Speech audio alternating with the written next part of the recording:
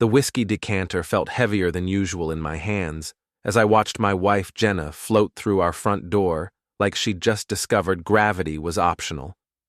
Her cheeks held that particular flush that comes from either a promotion or a guilty conscience, and given what I knew, I was betting on both. "Colby, you won't believe what happened today," she said, her voice pitched higher than normal, the kind of excitement that made my teeth ache. Before I could respond, the door opened again. Grant Solen stepped inside without invitation, his hand finding the small of Jenna's back with practiced familiarity. He moved through our home like he owned it, which, considering recent developments, maybe he thought he did. "Congratulations are in order," Grant announced, his voice carrying that particular brand of arrogance that only comes with corner offices and expense accounts. "Your wife has earned herself quite the promotion." I reached for 3 glasses, my movements deliberate and calm. The crystal caught the evening light filtering through our windows, casting small rainbows across the hardwood floor Jenna and I had refinished together 3 summers ago, back when we still did things together. "Senior Vice President," Jenna added, practically vibrating with nervous energy. "Can you believe it? Corner office, company car, the whole package." Grant's smile was the kind predators wear right before they strike. "She's been very dedicated, working late, going above and beyond, really throwing herself into the projects that matter." I poured the whiskey slowly, letting the amber liquid catch the light. Macallan 18, a bottle we'd been saving for special occasions. This seemed special enough. "To dedication," I said, raising my glass. The words tasted like copper pennies on my tongue. Grant lifted his glass with that same predatory grin. "To hard work paying off." Jenna's smile faltered for just a moment, a crack in the facade that told me everything I needed to know. Her glass trembled slightly as she raised it.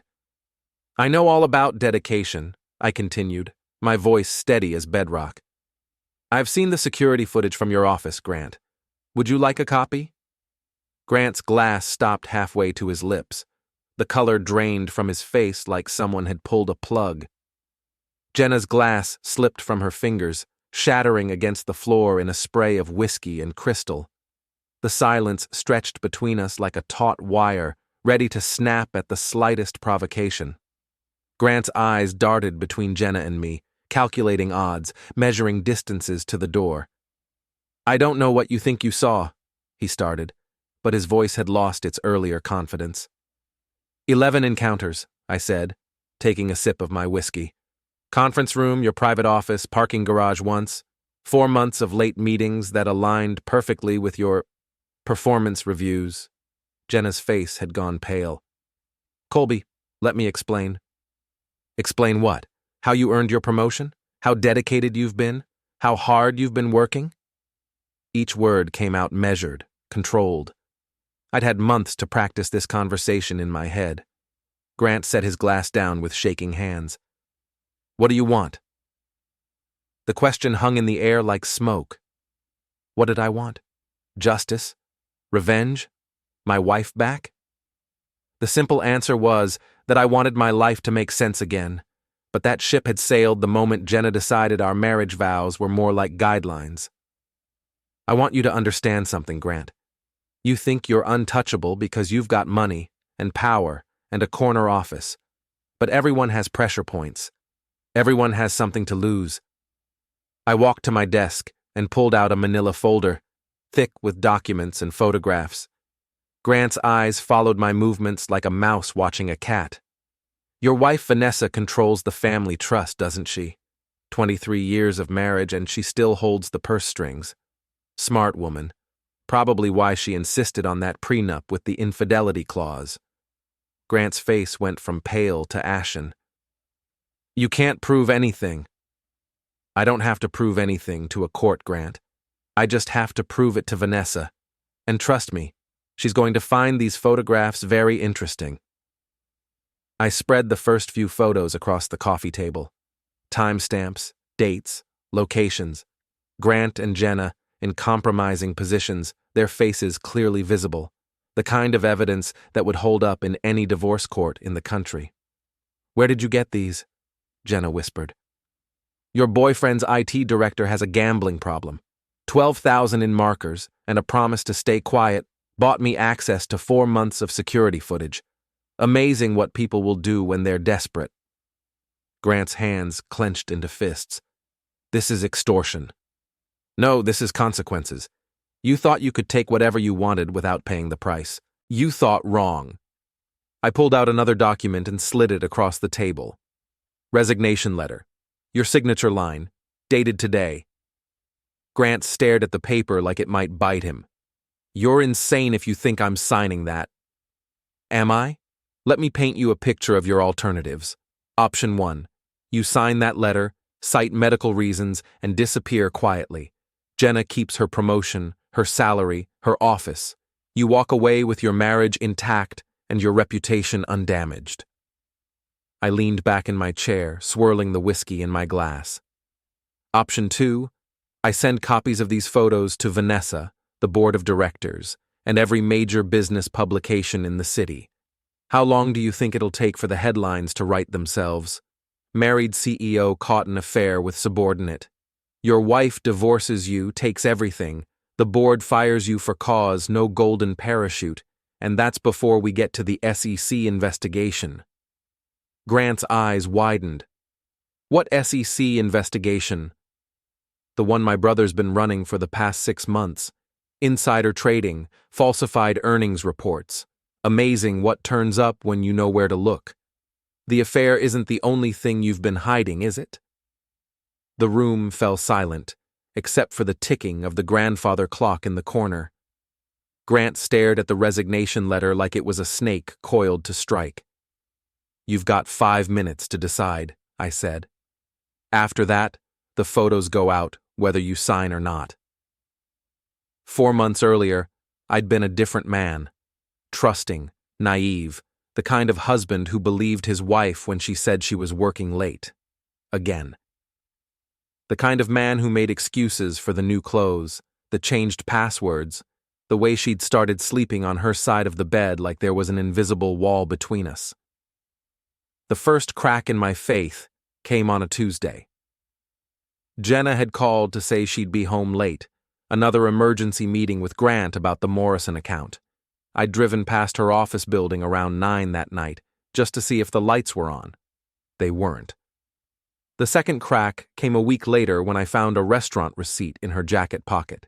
Expensive wine, intimate table for 2, charged to Grant's corporate card. The timestamp showed they'd been there during what she'd told me was a conference call with clients in Tokyo. By the third lie, I'd stopped counting cracks and started looking for proof. Danny Reeves had been Grant's IT director for 8 years, long enough to see 3 affairs come and go, long enough to know where the bodies were buried. He was also 15,000 in the hole to some very unforgiving people who'd grown tired of waiting for their money. I'd known Danny since college, back when we'd been roommates, and he'd helped me pass advanced calculus. He'd always been weak when it came to cards and horses, but he'd never been stupid. When I approached him about the security footage, he knew exactly what I was asking for, and exactly what it would cost. 12,000, he'd said over coffee at a diner downtown, and a promise that my name never comes up. That's a lot of money for some video files. It's not just video files, Colby. It's 4 months of high-definition footage from 6 different cameras, timestamps, metadata, the works. Plus, I'm risking my job and probably a lawsuit if Grant finds out. I'd stared into my coffee cup, watching the cream swirl in patterns that reminded me of storm clouds. How bad is it? Bad enough that you don't want to see it, but not so bad that you can walk away without knowing for sure. He'd been right on both counts. The footage was damning, explicit, and utterly devastating. It was also exactly what I needed to destroy Grant Solen's carefully constructed life. The first video was dated 3 days after Jenna had started staying late. Conference room, after hours, security cameras capturing everything in crystal clarity. The second was a week later, Grant's private office, the leather couch that had probably cost more than my car. By the time I'd watched all 11 encounters, I felt like I'd been hollowed out with a rusty spoon, but I also felt something else. Purpose. For the first time in months, I knew exactly what I needed to do.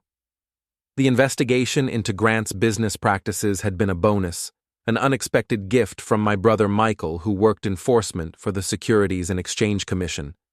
A casual conversation over Thanksgiving dinner had revealed that Solen Industries was already under scrutiny for some questionable trading patterns.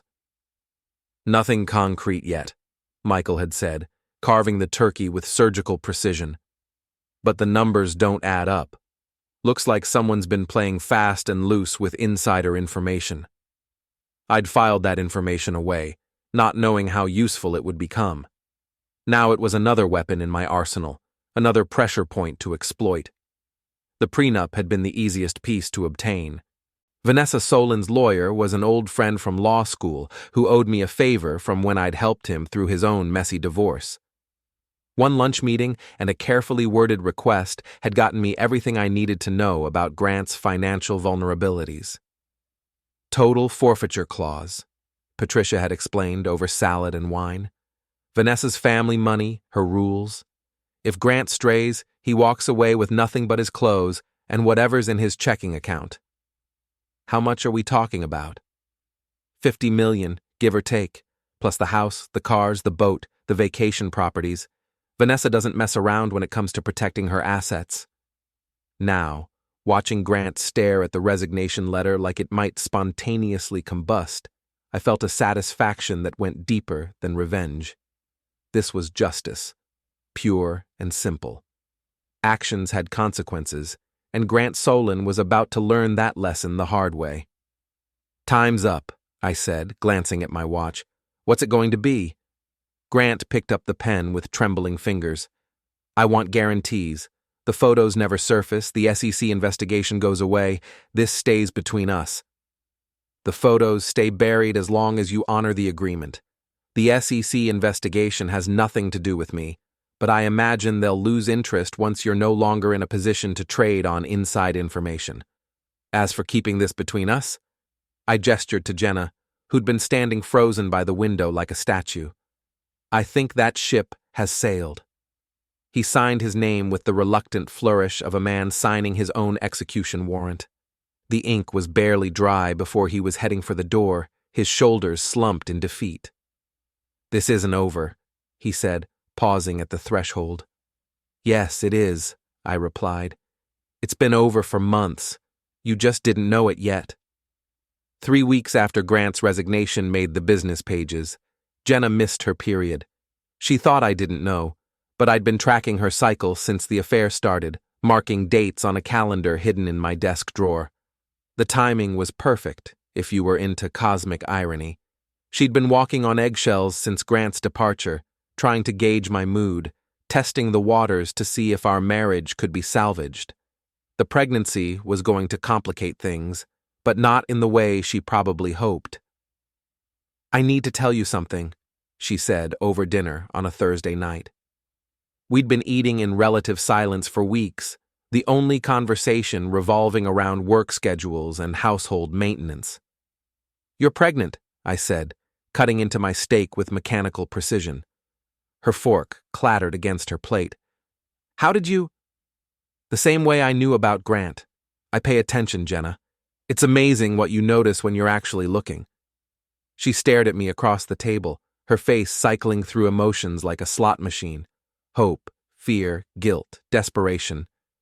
"We need to talk about what this means." "It means you're having a baby. Congratulations." "Colby, please, we can work through this. The affair, it's over. Grant's gone. We can start fresh, rebuild what we had." I set down my knife and fork, meeting her eyes for the first time in weeks. "What we had was built on trust, respect, and mutual commitment. You torched all three for a corner office and a salary bump. There's no rebuilding from ashes." "So what are you saying? You want a divorce?" The question hung between us like a bridge neither of us wanted to cross. Divorce meant lawyers, custody battles, dividing assets. It meant admitting failure, starting over at 43 with nothing but a broken heart and a wounded ego. I'm saying the marriage ended the moment you decided Grant Solen was worth more than our vows. What we're doing now is just paperwork. I stood up from the table, my dinner half finished. I'll be in the spare room. The DNA test is in my desk drawer when you're ready to face reality.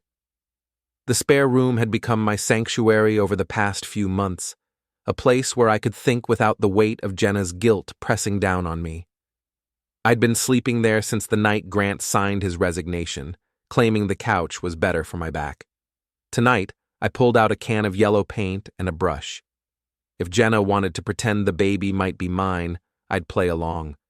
But I wasn't going to pretend it mattered. The walls went from stark white to sunshine yellow with methodical strokes, each brush mark a meditation on the ruins of my life. Somewhere around midnight, Jenna appeared in the doorway, her face streaked with tears. "The test came back," she said, holding a piece of paper and shaking hands. I didn't look up from my painting. "And? It's not yours? I know. How can you be so calm about this? How can you just stand there painting like nothing happened?" I set the brush down and turned to face her. Because I've had months to prepare for this moment. Months to work through the anger, the hurt, the feeling of betrayal. You're just catching up to where I've been since I saw that first video. She crumpled the paper in her fist. "What happens now?" "Now you figure out how to raise Grant's baby on your own. I'll file for divorce next week. You can keep the house, the car, whatever you need. I'm not interested in making this harder than it has to be. Where will you go? That's not your concern anymore." She stood there for a long moment, watching me paint over the life we'd built together.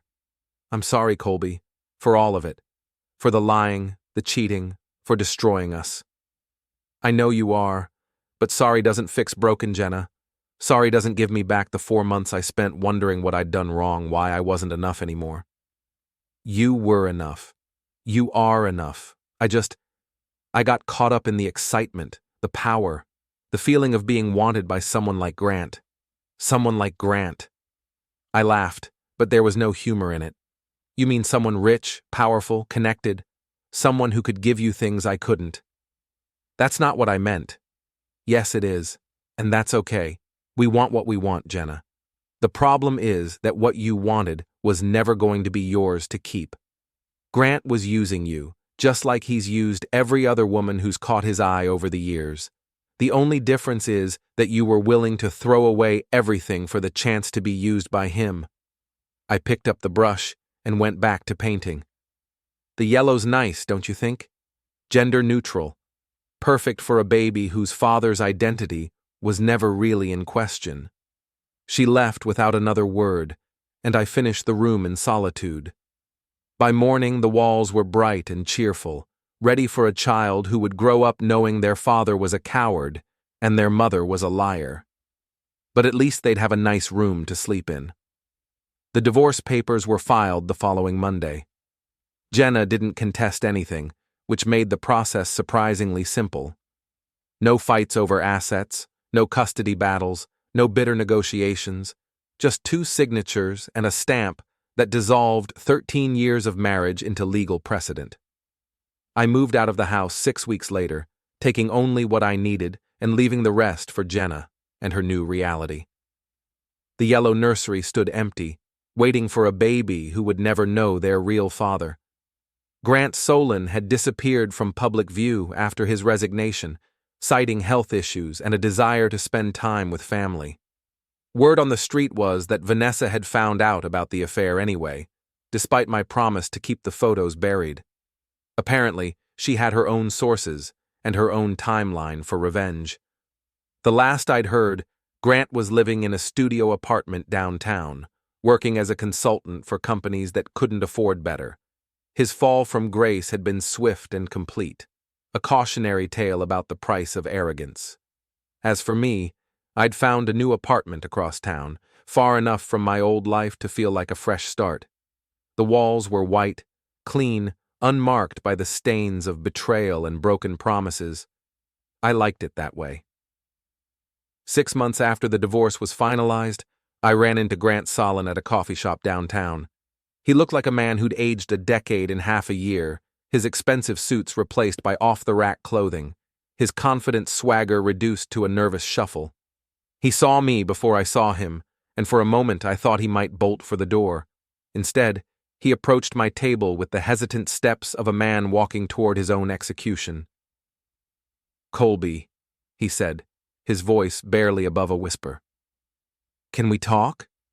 I gestured to the empty chair across from me. "Free country." He sat down carefully, like the chair might collapse under his weight. "I wanted to apologize. For everything. For the affair. For what it did to your marriage. For the way it all ended." Bit late for apologies, don't you think? Maybe. Probably. But I needed to say it anyway. He stared into his coffee cup like it might hold the answers to his problems. "Vanessa found out, about Jenna, about the others. She had private investigators watching me for months. I know, I heard about the divorce. She took everything, the house, the cars, the boat, even my golf clubs." He laughed bitterly. 23 years of marriage, and I walked away with a suitcase and a checking account with $300 in it. I felt a flicker of something that might have been sympathy, but it passed quickly. Actions have consequences, Grant. You knew the risks when you decided to cheat. Did I, though? I mean, intellectually, sure. But emotionally? I thought I was untouchable. I thought the rules didn't apply to me because I had money and power and influence. And now? Now I'm a 50-year-old man living in a studio apartment, working contract jobs for companies that used to beg for my business. Now I know exactly how touchable I am. He looked up from his coffee, meeting my eyes for the first time since he'd sat down. "The baby, is it yours?" "Yeah, DNA confirmed it." "Does Jenna want me to be involved? Child support, visitation, anything?" I shook my head. "She's raising the kid on her own. Better that way, probably. Kids don't need fathers who can't keep their promises." Grant flinched like I'd slapped him. "That's harsh, but fair. You want to know the truth, Grant? I don't hate you anymore. I did for a while. But hate takes energy, and you're not worth the effort. You're just a cautionary tale now, a reminder of what happens when people mistake privilege for immunity. So what's the lesson? Don't cheat on your wife. Don't take things that don't belong to you. Don't assume you're smarter than everyone else. Don't mistake temporary power for permanent protection." I finished my coffee and stood up. "But mostly don't forget that everyone has pressure points and everyone eventually meets someone willing to apply pressure." I left him sitting there, staring into his coffee cup like it might reveal the location of his lost life. Outside, the city moved around me with its usual indifferent energy, people rushing to appointments and meetings and obligations that seemed monumentally important until they weren't. My phone buzzed with a text from Michael, my brother at the SEC. "Grant Solen case closed. Insufficient evidence for prosecution, but he's barred from trading. Thought you'd want to know." I typed back a quick thanks and deleted the conversation. Some chapters needed to end cleanly, with no loose threads to unravel later. 3 blocks from the coffee shop, I passed a playground where children played under the watchful eyes of their parents. Somewhere across town, Jenna was probably preparing for motherhood, buying cribs and car seats and all the accessories that came with bringing new life into the world. The baby would be born into a complicated situation, but they'd be loved. Jenna, for all her faults, would be a good mother. She'd made terrible choices as a wife, but that didn't mean she'd make terrible choices as a parent. As for me, I was learning to live with the silence. No more lies to uncover, no more betrayals to document, no more revenge to plan and execute. Just the quiet satisfaction of a job completed and justice served. Grant Solen had learned that actions have consequences. Jenna had learned that choices have prices. And I had learned that sometimes the best revenge is simply walking away and letting people live with what they've done. The yellow nursery was probably finished by now, waiting for its first occupant. I hoped the child would grow up to be better than their parents, stronger and more honest, and less willing to compromise their integrity for temporary gains. But that was their story to write. Mine was finished, complete with all the messy complications and moral ambiguities that come with real life. No heroes, no villains, just people making choices and living with the consequences. It was enough. It was more than enough. It was everything. 2 years later, I was building a new life from the ground up. New apartment, new job, new routines that didn't include checking security footage or documenting lies. The anger had faded to a dull ache, then to nothing at all, replaced by something that felt almost like peace. I'd taken a position with a cybersecurity firm, helping companies protect themselves from the kind of internal threats I'd once been. The irony wasn't lost on me, but it paid well and kept me busy enough to avoid dwelling on the past. The call came on a Tuesday morning while I was reviewing firewall logs for a client in the financial district. Jenna's number appeared on my phone screen, the first time she'd contacted me since the divorce papers were signed. "Colby, it's me." "I know. What's wrong?" "Nothing's wrong. I wanted you to know that Emma was born last week. 8 pounds, 6 ounces. Healthy. Emma. A good name. Strong and simple. Congratulations." "Thank you. Listen, I know this might sound strange, but I wanted to ask you something. Would you like to meet her?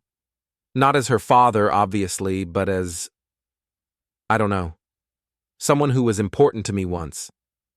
I stared out the window at the city skyline, watching clouds drift between the buildings like ghosts of old conversations. "I don't think that's a good idea, Jenna." "I understand. I just thought, never mind. It was a stupid idea." "It wasn't stupid, but that part of my life is finished. Emma deserves to grow up without the complications of her mother's past following her around." "You're right. You're always right." She paused, and I could hear the sound of a baby crying in the background. "I should go. She's hungry." "Jenna." "Yeah? Be happy, both of you. That's all any of us can do with the time we've got." "Thank you, Colby. For everything. For letting me keep my job, for not making the divorce harder than it had to be, for not destroying me when you had every right to. Take care of yourself." I hung up and went back to my firewall logs, but the numbers swam on the screen like tadpoles in a pond. Somewhere across town, Jenna was feeding Grant Solen's daughter, probably in the yellow nursery I'd painted 2 years ago. The thought should have hurt, but it didn't. It just was. That evening, I walked past the coffee shop where I'd last seen Grant. Through the window, I could see him sitting at the same table we'd occupied during our final conversation. He looked older, more worn, but there was something in his posture that suggested he'd found a kind of peace with his reduced circumstances. I didn't go in. Some conversations don't need sequels. Instead, I continued walking until I reached the park, where I'd started jogging as part of my new routine. The path wound through trees and around a small lake, where ducks paddled in lazy circles, oblivious to the human dramas playing out around them. A woman was sitting on a bench near the water, reading a book, and occasionally glancing up to watch the ducks. She had brown hair and kind eyes, and when she smiled at a passing jogger, I felt something I hadn't experienced in years. Possibility. I almost kept walking. The safe thing, the smart thing, would be to maintain my carefully constructed solitude. But safety and intelligence had their limits, and sometimes you had to take risks to find out what life might offer beyond the boundaries of revenge and regret. "Good book?" I asked, stopping near her bench. She looked up, startled but not alarmed. "Very. It's about a man who builds a cabin in the woods and learns to live with just the essentials." "Sounds peaceful." "It is. Sometimes I think we all need to strip away the unnecessary complications and focus on what actually matters." "And what matters?" She considered the question seriously, marking her place in the book with a finger. "Honesty, kindness, the courage to start over when necessary. Starting over can be terrifying. So can staying stuck in the same place forever. She smiled, and I felt that sense of possibility expand like a balloon filling with air. I'm Rebecca. Colby. Nice to meet you, Colby. Do you come here often, or are you just passing through? I looked around the park, taking in the trees and the water and the simple beauty of a place where people came to find peace. I'm not sure yet, but I think I might start coming here more often. I hope you do. The ducks are good company, but they're terrible conversationalists. I laughed, surprised by how good it felt to find something genuinely funny. Mind if I sit down? Please. I settled onto the bench beside her, careful to maintain a respectful distance. We sat in comfortable silence for a while, watching the ducks navigate their small world with casual grace. You seem like someone with a story, Rebecca said eventually. Everyone has a story. Most of them are just variations on the same themes. Love, loss, redemption. Something like that. Are you at the redemption part yet? I considered the question, thinking about Grant in his coffee shop, Jenna with her baby, myself sitting on a bench with a stranger who might become something more. I think I might be at the starting over part. That's good too. Sometimes starting over is its own form of redemption. The sun was setting behind the trees, painting the water in shades of gold and orange. Somewhere in the distance, a church bell chimed the hour, marking time's passage with mechanical precision. Would you like to get coffee sometime? I asked. I know a place downtown. Fair warning, it comes with the possibility of running into ghosts from my past. I'm not afraid of ghosts. Besides, everyone has them. The question is whether you let them haunt you or just acknowledge them and move on. I'm working on the moving on part. Good. That's the hardest part, but also the most important. We exchanged numbers, made tentative plans for the weekend, said goodbye with the careful politeness of two people testing the waters of potential connection. As I walked home, I felt lighter than I had in years. The apartment was quiet when I arrived, but it was a different kind of quiet than before. Not the silence of isolation, but the silence of possibility, of space waiting to be filled with new experiences and different choices. I made dinner, watched the news, read a few chapters of a novel I'd been working through for weeks. Normal activities, the building blocks of a normal life. But normality felt like a luxury after years of surveillance and revenge and the exhausting work of holding grudges. Before bed, I checked my email and found a message from Danny Reeves, Grant's former IT director.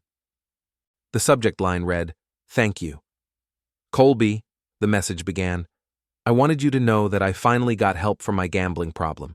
Been clean for 8 months now. I know what we did wasn't exactly legal, but it got me out of a hole I couldn't climb out of on my own. Sometimes the wrong thing for the right reasons turns out to be the right thing after all. Hope you're doing well. Danny. I deleted the message without responding. Some chapters needed to stay closed, even the ones that ended well. Outside my window, the city hummed with its usual energy, millions of people living their lives, making their choices, dealing with their consequences. Grant was probably in his studio apartment, learning to live with less. Jenna was probably feeding Emma, singing lullabies in the yellow nursery. Rebecca was probably finishing her book about the man who built a cabin in the woods, and I was here, in my white-walled apartment, no longer planning revenge or documenting betrayals or calculating pressure points, just existing in the space between what was and what might be, ready to find out what came next. It felt like enough. It felt like everything. The story was over, but the life continued, and for the first time in years, that felt like exactly the way things should be.